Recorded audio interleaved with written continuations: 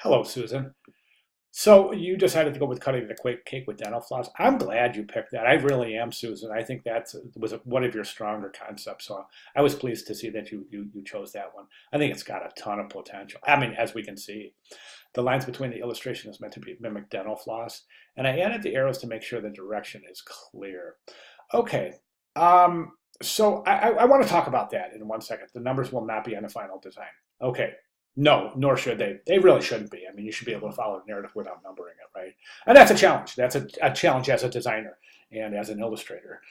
Okay, so I think the narrative is particularly clear. There's only one step I think that's confusing, and I'll get to that 1 second, but it's in between step 5 and 6. So, okay, we have the setting. Okay, there's an outdoor birthday party, right? And then you introduce the characters to kids. And then you further define the setting, and we've got gifts. So now we definitely know that this is a birthday party. So then right now, we go from the gifts to the birthday blowing out the birthday subject blowing out the candles. That's great. Then over here we got this question mark. So and then over here we have a broken knife. Shouldn't it be the other way around?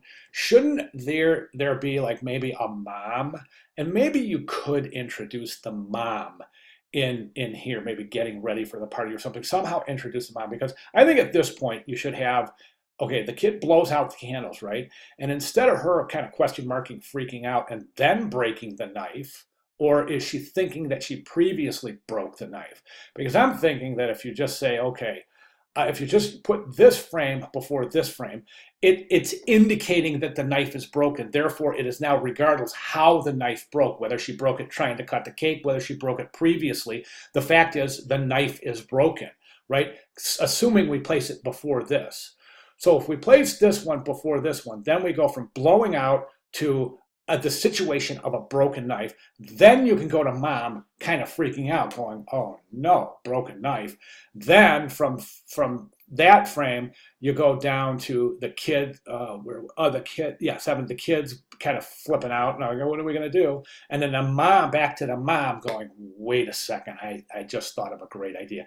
Dental floss, application, final solution, or application of the final solution, application of final solution, and then the final outcome. In the final outcome, it might be this, and then you might add one more frame with her, the birthday kid with the cake, and then back to this scene where all the kids are eating the cake with big smiles on their face.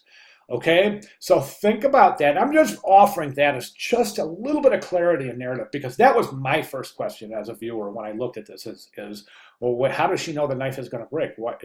Did she break it previously, or do you see what I'm saying?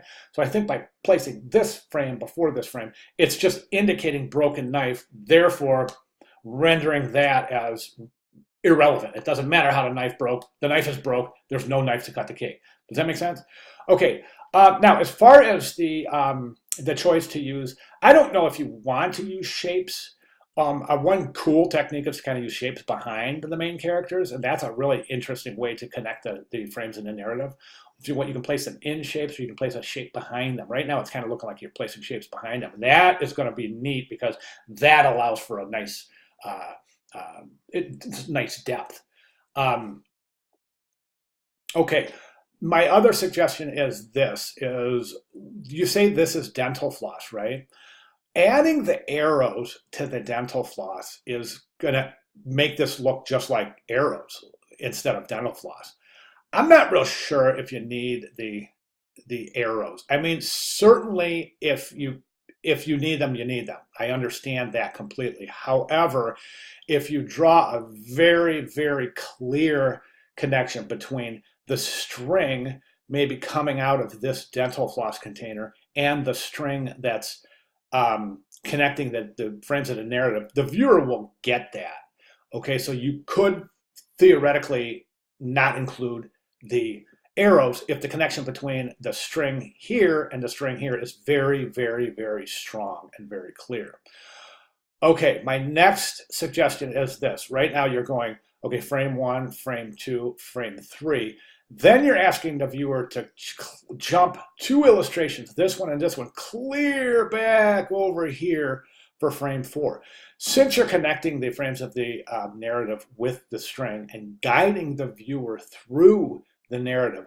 Could you possibly go 1, 2, 3, then 4, then 5, then 6, then 7, then 8, then 9, then 10, 11, and so on and so forth. And the point I'm trying to make here is that this is a principle of design called proximity. And proximity dictates that if things are placed near each other, there is a close logical relationship between those elements. So again, if elements are placed near each other in a composition, there is a close logical relationship. They're connected. All right, and we can use that principle to say, all right, this is closely connected with the frame before it, so it's very close to the frame before it, and it's closely connected with the frame after it. But right now, that's a little counterintuitive because it's a good distance from that. So by placing it closer and reconfiguring the flow, then we're using proximity to its maximum capabilities. Okay, does that make sense? All right, so really fantastic start. I love it. I love it so far. I think one thing I would recommend is, or actually, I just want to mention that right now it looks like you're really filling up all areas of the composition with illustration, and that's okay. Based on the sketch and what I'm seeing now, the illustrative technique is going to support.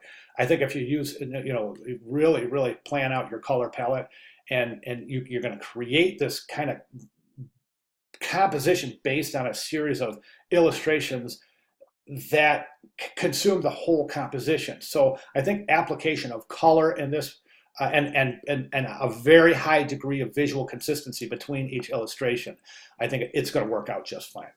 All right, Susan, really enjoyed this.